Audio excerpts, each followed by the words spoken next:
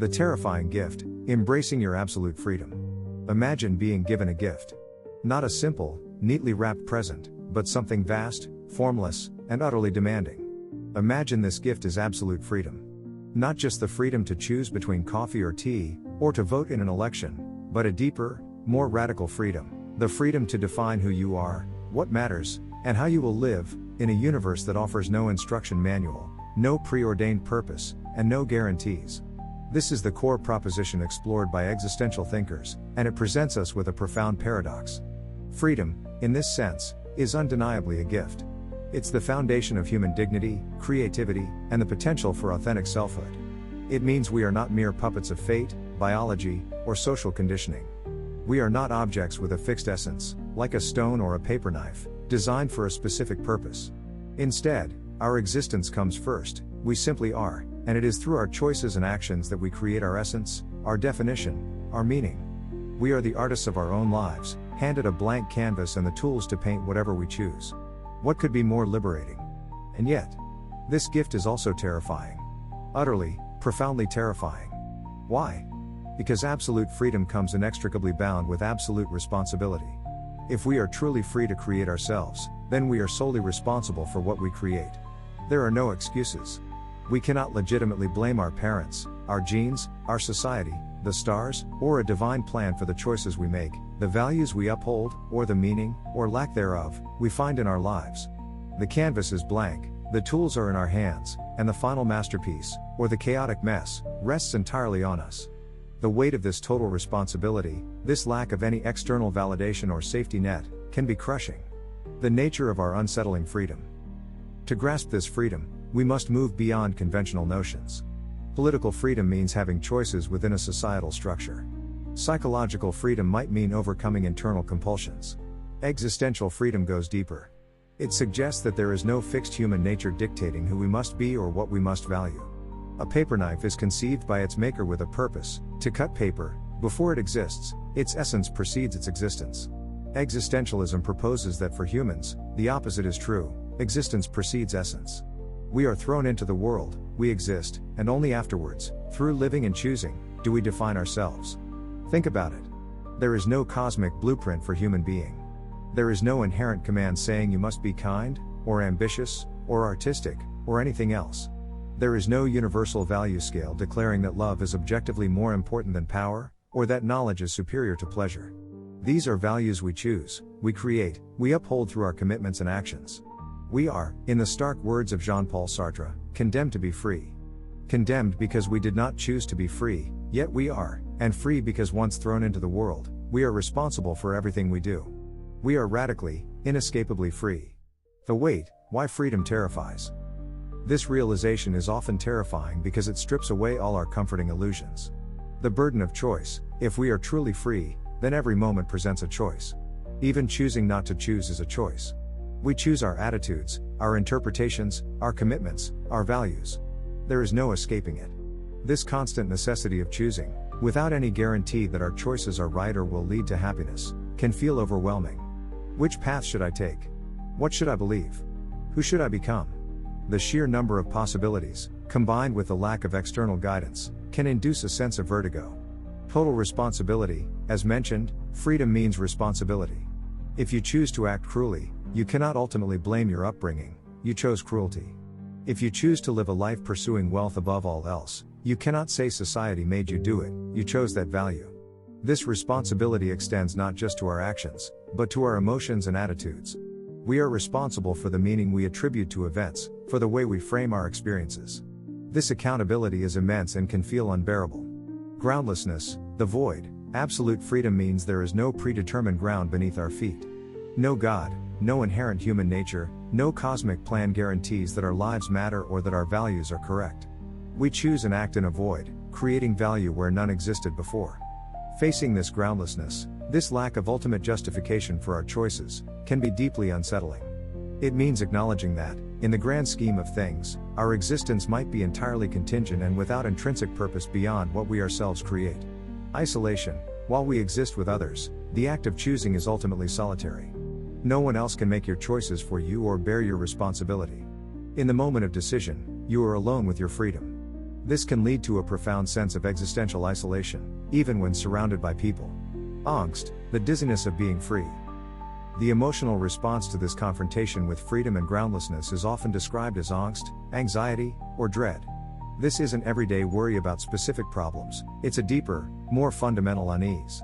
It's the dizziness that comes from peering over the edge of infinite possibility, the trembling awareness of our total responsibility and the lack of external support. Angst is the realization that nothing compels us to be who we were yesterday. We are free to betray our past selves, to abandon our commitments, to choose differently at any moment. It's the awareness that the values we hold dear have no ultimate cosmic backing, they are grounded only in our own free choice to uphold them. This feeling is uncomfortable, disturbing even. It shakes our sense of stability and forces us to confront the raw, unvarnished truth of our condition. We are radically free, radically responsible, radically groundless. The temptation of escape, bad faith.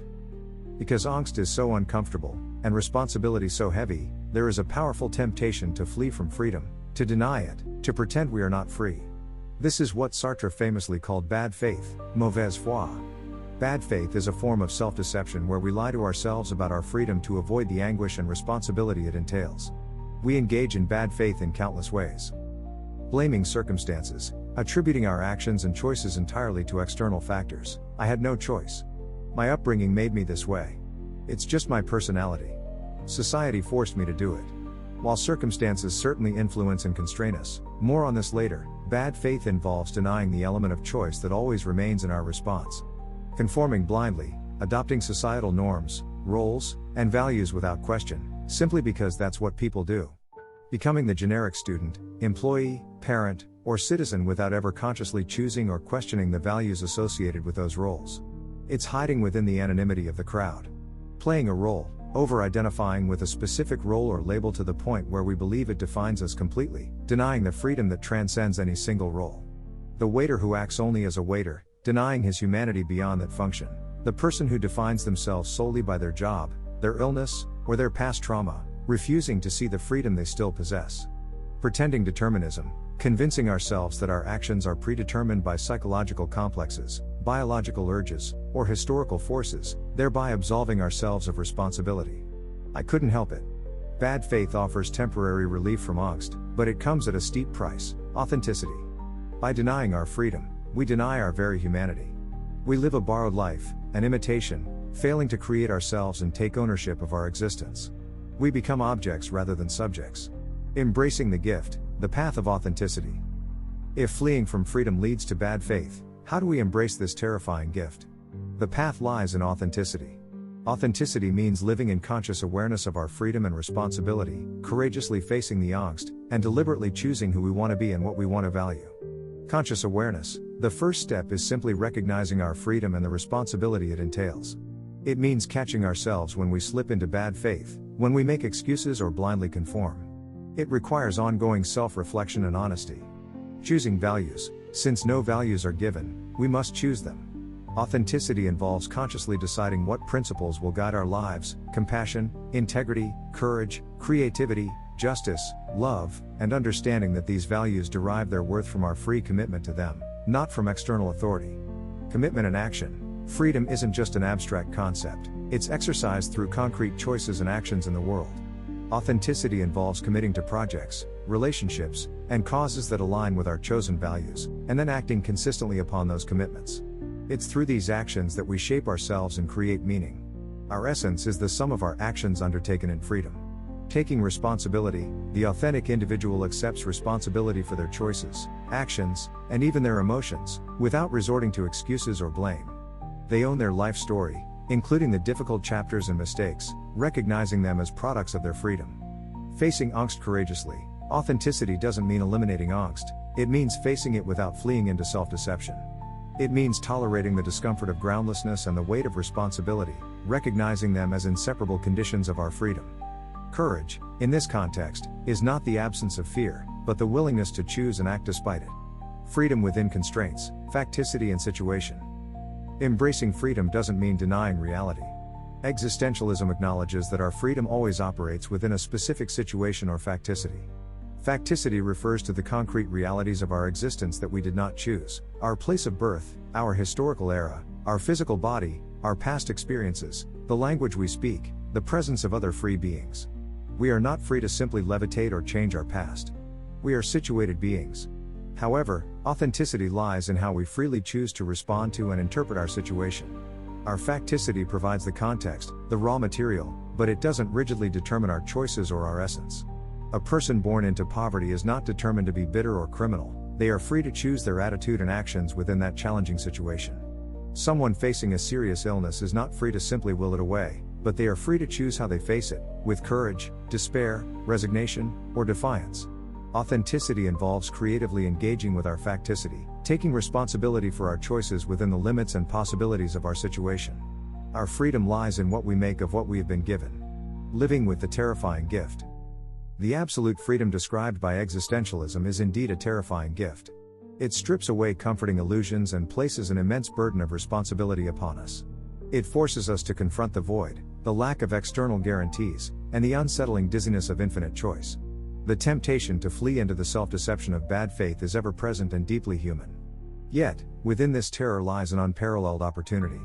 It is the opportunity to live deliberately, to create ourselves authentically, to forge meaning through our own choices and commitments. Embracing this freedom means accepting the angst as the price of self-creation. It means taking ownership of our lives, writing our own narrative rather than passively accepting one written for us. It means recognizing that even amidst constraints and suffering, our power to choose our response, to affirm our values, and to create pockets of meaning remains inviolable. Living authentically with this freedom is not a final destination but a continuous, often challenging, process. It requires constant vigilance against bad faith, ongoing courage to face angst, and persistent commitment to chosen values and actions. It is the difficult, demanding, yet ultimately rewarding task of becoming who you choose to be, page by terrifying, liberating page. The universe may be silent, the canvas blank, but the gift of freedom, however terrifying, allows us to fill the silence with our own voice and cover the canvas with the unique masterpiece of a life lived authentically.